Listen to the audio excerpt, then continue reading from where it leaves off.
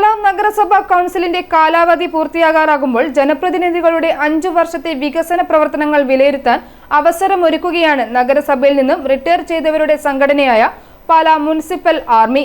ഏറ്റവും മികച്ച മുനിസിപ്പൽ കൗൺസിലർക്ക് പ്രശസ്തി പത്രവും 10,001 രൂപ ക്യാഷ് അവാർഡും നൽകുമെന്ന് ഭാരവാഹികൾ വാർത്താ സമ്മേളനത്തിൽ അറിയിച്ചു. സംഘടന മുൻപോട്ട് വച്ചിട്ടുള്ള 8 ചോദ്യാവലികൾക്കുള്ള മറുപടി വിലയിരുത്തിയാണ് മികച്ച കൗൺസിലറെ തിരഞ്ഞെടുക്കുന്നത്.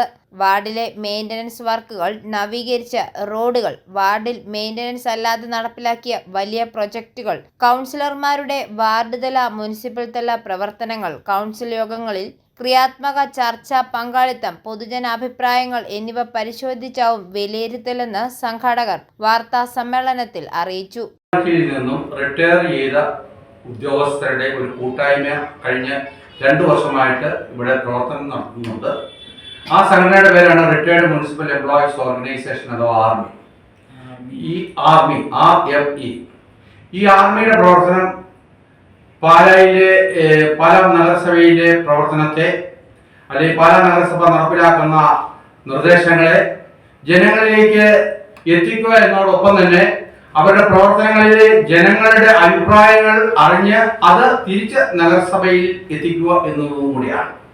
അതോടൊപ്പം തന്നെ പാലാ നഗരസഭയിൽ ഉള്ളതായ പല വികസന പ്രവർത്തനങ്ങളിലും നഗരസഭയ്ക്ക് നടപ്പിലാക്കാൻ ബുദ്ധിമുട്ടുള്ളതായ അല്ലെങ്കിൽ സാങ്കേതികമായ തടസ്സങ്ങളുള്ള പ്രവർത്തനങ്ങളിൽ നഗരസഭയ്ക്ക് തോളോട് തോൾ ചേർന്ന് യാതൊരുവിധ ലാഭേച്ഛയുമില്ലാതെ പ്രവർത്തിച്ചു വരികയാണ് ഞങ്ങൾ ചെയ്തത്.